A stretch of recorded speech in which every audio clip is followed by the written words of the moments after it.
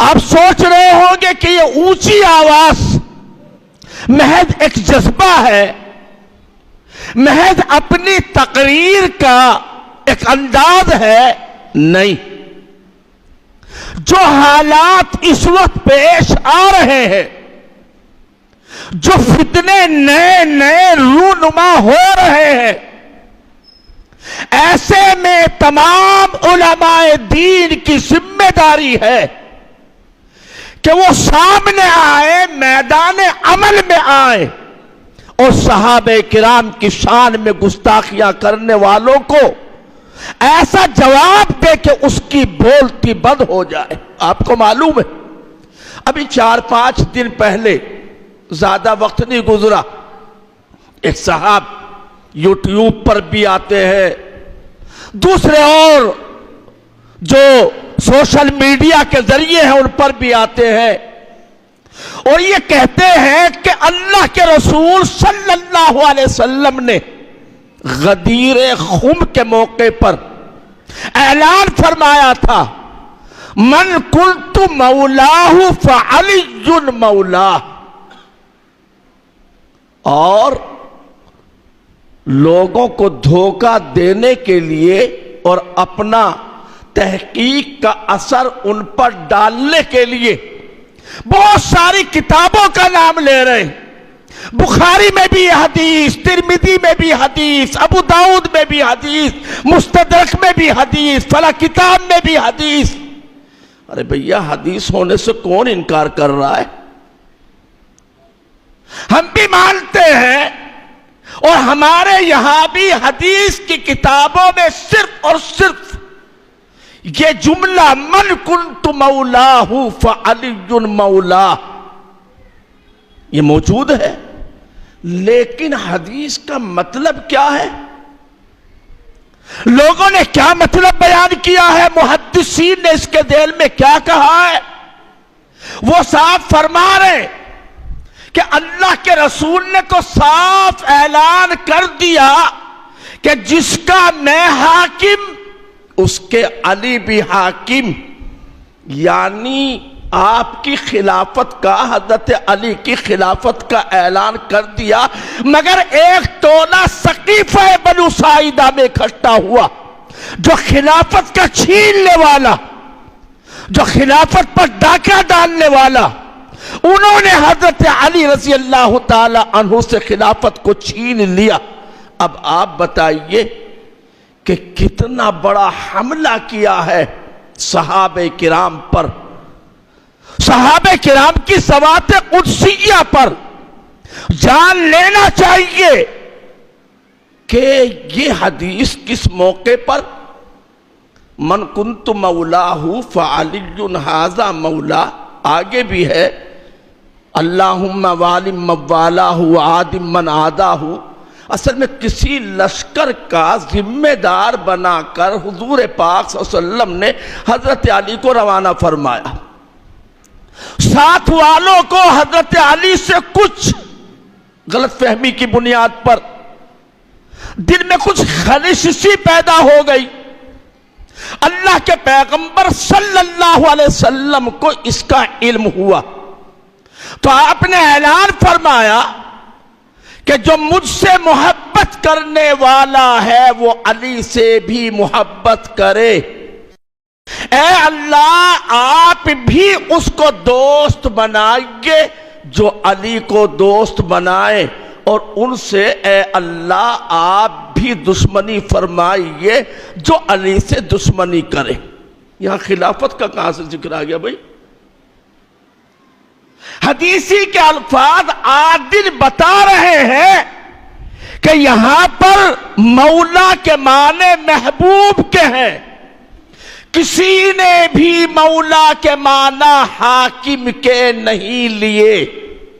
اچھا، اگر حاکم کے معنی لیتے ہیں، قرآن مجید میں ہے فَإِنَّ اللَّهَ هُوَ مَوْلَاهُ وَجِبْرِيلُ وَصَالِحُ الْمُؤْمِنِينَ کہ اللہ پاک حضور پاک صلی اللہ علیہ وسلم کا حاکم۔ چلیے ٹھیک، جبریل بھی حضور کے حاکم، ایمان والے مومنین صالحین بھی حضور کے حاکم. کیا یہ مطلب ہے؟ ہرگز نہیں. کہیں پر بھی مولا کے معنی حاکم کے، خلیفہ کے، حکمراں کے نہیں. اچھا پھر اگر حضور نے اعلان فرما ہی دیا تھا تو پھر کیا ضرورت پڑی تھی مرض وفات میں یہ فرمانے کی کہ کاغذ قلم لاؤ میں کچھ لکھ دوں؟ فاروق اعظم نے جواب دے دیا تھا حسبنا کتاب اللہ. اگر حضور وہاں غدیر خم پر اعلان خلافت کا کر چکے تھے تو پھر یہاں پر لکھنے کی بات کہاں سے ضرورت ہی نہیں تھی. اس طرح لوگ ورغلا رہے ہیں صحابہ کرام کی شان میں. اور بات کیا ہے جو حضرت امام اہل سنت مولانا عبدالشکور فاروقی رحمت اللہ علیہ نے لکھی کہ ان لوگوں کو اصلاً دشمنی صحابہ سے نہیں ہے. ابو بکر نے کیا بگاڑا ان کا؟ فاروق اعظم نے کیا بگاڑا کسی کا؟ عثمان غنی نے کیا چھینا کسی سے؟ حضرت علی مرتضیٰ نے کہاں کسی کے خلاف کوئی بات کی؟ بات در اصل یہ ہے کہ اصلاً دشمنی ان کو قرآن سے ہے. اور چونکہ صحابہ ناقلین قرآن ہے، راویان دین متین ہیں، سب سے پہلے قرآن کے سننے والے ہیں. حضرت معاویہ رضی اللہ تعالیٰ جانتے ہو کون ہے؟ جن حضرت معاویہ رضی اللہ تعالی عنہ کی شان میں اپنی زبان پر گندگی جس نے ڈالی، اپنی زبان کو جس نے گندا کہا، یہاں تک کہا کہ اس امت کا فرعون ہے معاویہ. سنیں گے آپ؟ برداشت کرے گا کوئی مسلمان؟ کس کے بارے میں؟ جو تمام ایمان والے مردوں عورتوں کے ماموں ہے، خال المؤمنین والمؤمنات.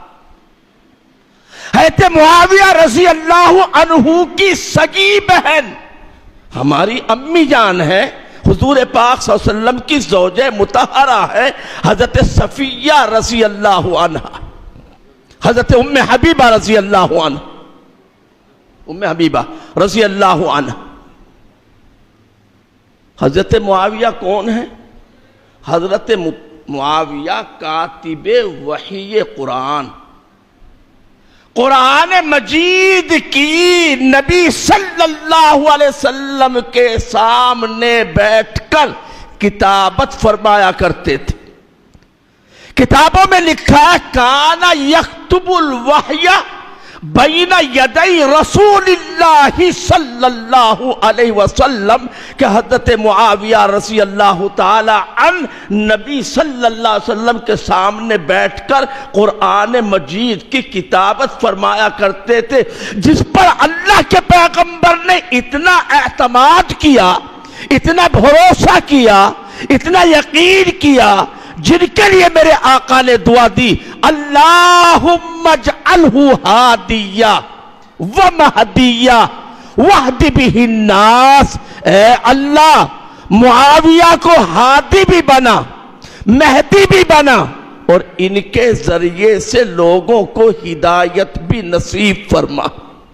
آپ ہی نے دعا دی اللہم علمہ الکتاب والحساب وقہ العذاب کہ اللہ معاویہ کو کتاب اللہ قرآن مجید کا علم عطا فرما، ان کو قیامت کے عذاب سے محفوظ فرما.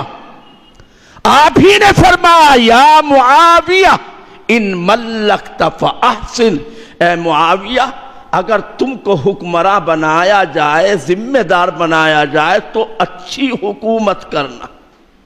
کیسی حکومت کی؟ تقریباً 20 برس تک حضرت معاویہ رضی اللہ تعالی عنہ نے حکومت فرمائی. 20 سال کے عرصے میں مسلمانوں میں کوئی لڑائی، کوئی جنگ، کوئی اختلاف، کسی طرح کی محاذ آرائی بالکل بھی نہیں ہوئی. وہ فہم تدبر کے اعلیٰ منصب پر، اعلیٰ اونچے مقام پر فائز تھے۔ حضرت معاویہ رضی اللہ تہجد کے، سبھی صحابہ تہجد کے پابند تھے۔ اللہ پاک نے تمام صحابہ کرام کی تہجد گزاری کی سند دی ہے قرآن مجید میں، وَطَائِفَةٌ مِّنَ الَّذِينَ مَعَكَ، اور ایک جماعت آپ کے ساتھ جو رات کو کھڑی ہوتی ہے، یعنی کہ صحابہ کرام تہجد گزار۔ جیسے اللہ پاک نے اپنے پیغمبر کی نفلوں کا، تہجد کی نماز کا ذکر کیا، ویسے ہی اللہ پاک نے صحابہ کرام کی نفلوں کا اور تہجد کی نماز کا بھی ذکر فرمایا۔ روایت ایک دو، حدیث کی کتابوں میں ایک روایت ابھی سنائی، ایک جز مولانا نے نہیں پڑھا، جو حدیث پڑھی مولانا نے، اذا ظہرت الفتن والبدع وسب اصحابی فلیظہر العالم علمہ فمن لم یفعل ذلک فعلیہ لعنۃ اللہ والملائکۃ والناس اجمعین۔ آگے یہ بھی لفظ ہے ولا یقبل اللہ صرفا ولا عدلا۔ ایسے لوگ جو صحابہ کی شان میں گستاخی کرنے والوں کے سامنے چپ ہو جائیں، مصلحت کی چادر اوڑھ کر لیٹ جائیں، اپنے مفادات اور اپنی مصالح کو پیش نظر رکھ کر کچھ نہ بولیں، ان کے متعلق آقا نے فرمایا کہ ان کی کوئی نفل، کوئی فرد نماز بھی اللہ کے یہاں قبول نہیں ہوگی۔ پڑھتے رہے نماز، پڑھتے رہے نفلیں، کوئی نفل فرض نماز اللہ کے یہاں قبول ہونے والے نہیں۔ آپ نے صاف فرمایا اذا رأیتم الذین یسبون اصحابی فاعلموا فقولوا لعنۃ اللہ علی شرکم۔ جب تم ایسے لوگوں کو دیکھو جو میرے صحابہ کی شان میں گستاخی کر رہے ہو، اس کو بھی اچھی طرح سمجھ لیجئے۔ بعض لوگ گالی دینے کو گستاخی سمجھتے ہیں اور باقی کو نہیں، اس لیے میں ترجمہ کر رہا ہوں، سب کا ترجمہ گالی سے نہیں کر رہا ہوں۔ جو صحابہ کی شان میں گستاخی کرے، کیا مطلب؟ جس صحابی کا جو مقام ہے اس کو اس کے مقام سے ہٹانا، جس صحابی کو اللہ کے پیغمبر نے جس لقب سے نوازا ہے اس لقب کو دوسرے کو دے دینا، ان کی شان میں کسی بھی طرح کی ادنا سی گستاخی کرنا، یہ تمام کی تمام باتیں سب صحابہ کہلاتی ہے۔ آپ نے فرمایا فَقُولُوا لَعْنَةُ اللَّهِ عَلَى شَرِّكُمْ، تم کہو تمہاری شرارت پر لعنت ہو اللہ کی۔ اور بعضی روایتوں میں تو یہاں تک کہ وَلَا تُكَلِّمُوهُمْ وَلَا تُجَالِسُوهُمْ وَلَا تُسَلِّمُوهُمْ وَإِن مَرِضُوا فَلَا تَعُودُوهُمْ، ان سے کلام نہ کرنا، ان کو سلام نہ کرنا، سلام کرے تو جواب نہ دینا، ان کے پاس مت بیٹھنا، اور اگر یہ بیمار بھی پڑ جائے تو ان کی مزاج پرسی بھی مت کرنا۔ معمولی بات۔ حضرت معاویہ رضی اللہ تعالی عنہ کی شان میں گستاخی کرنے میں ایک بہت بڑے کسی مؤرخ کے قول کو رضا خان علیہ الرحمہ کہنے میں کوئی حرج نہیں۔ امام رضا خان بریلوی، انہوں نے معلوم ہے کیا فرمایا؟ انہوں نے فرمایا کہ من یلعنو یا یطعنو کے الفاظ ہیں علی معاویہ، جو حضرت معاویہ پر طعن کرے فَقَلْبٌ مِّن کِلَابِ الْحَاوِیہ، تو وہ جہنم کے کتوں میں کا ایک کتا ہے۔ بس سند کافی ہے۔ یعنی کہ حضرت معاویہ کی شان میں ادنا سی گستاخی کرنے والا بھی جہنم کے، عام انسان کی بات نہیں، جہنم کے کتوں میں کا ایک کتا ہے۔ کوئی بھی ہے، کوئی بھی اس طرح کی خباثت کرنے والا ہے